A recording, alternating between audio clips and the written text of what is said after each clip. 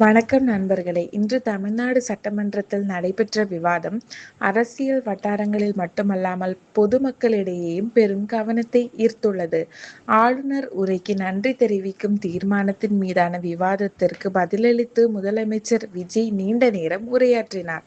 இந்த உரையில் அவர் அரசியல் சாதனைகள், எதிர்கால திட்டங்கள், பெண்கள் பாதுகாப்பு, வேலைவாய்ப்பு, தொழில் முதலீடு மற்றும் அரசியல் விமர்சனங்கள் என பல்வேறு அம்சங்களை பற்றி பேசினார்.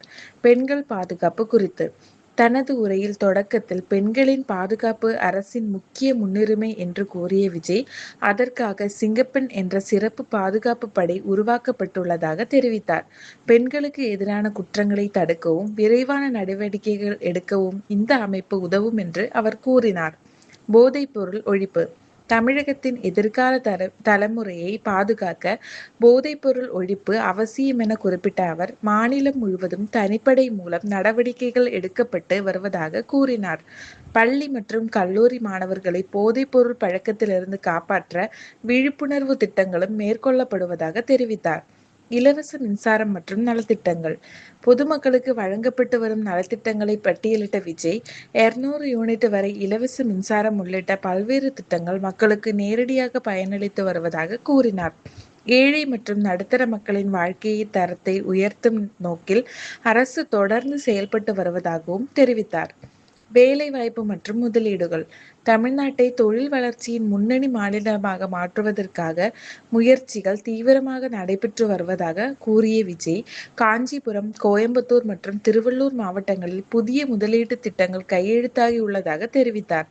இந்த முதலீடுகள் மூலம் ஆயிரக்கணக்கான இளைஞர்களுக்கு வேலைவாய்ப்பு கிடைக்கும் என்றும் அவர் நம்பிக்கை தெரிவித்தார்.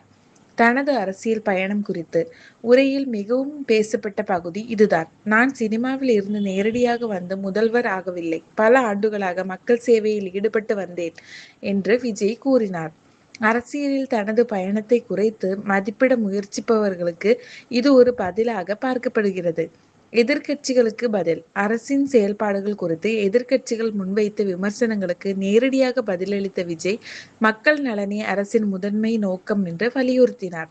சில குற்றச்சாட்டுகள் அரசியல் நோக்கத்துடன் முன்வைக்கப்படுவதாகவும் அவர் கூறினார். அவையில் ஏற்பட்ட பரபரப்பு விஜயின் உரையின் போது எதிர்க்கட்சியினர் பலமுறை எதிர்ப்பு தெரிவித்ததால் அவையில் பரபரப்பான சூழல் நிலவியது. சில உறுப்பினர்கள் தங்கள் கருத்துக்களை வலுவாக பதிவு செய்ததால் சத்தம் அதிகரித்தது. அவைத் தலைவர் பலமுறை அமைதியை வேண்டியதாக தகவல்கள் வெளியாகியுள்ளன.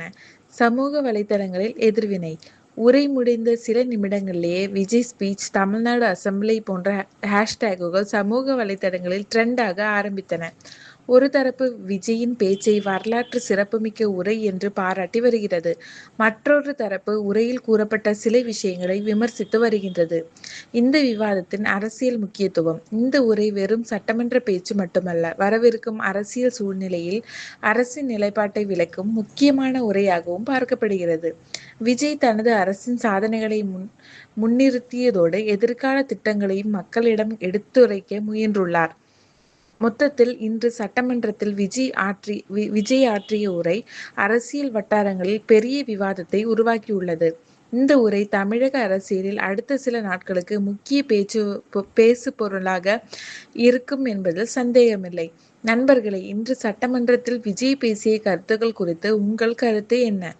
கமெண்டில் பதிவு செய்யுங்கள். இந்த வீடியோ பிடித்திருந்தால் லைக், ஷேர் செய்து சேனலை சப்ஸ்கிரைப் செய்ய மறக்காதீர்கள். நன்றி.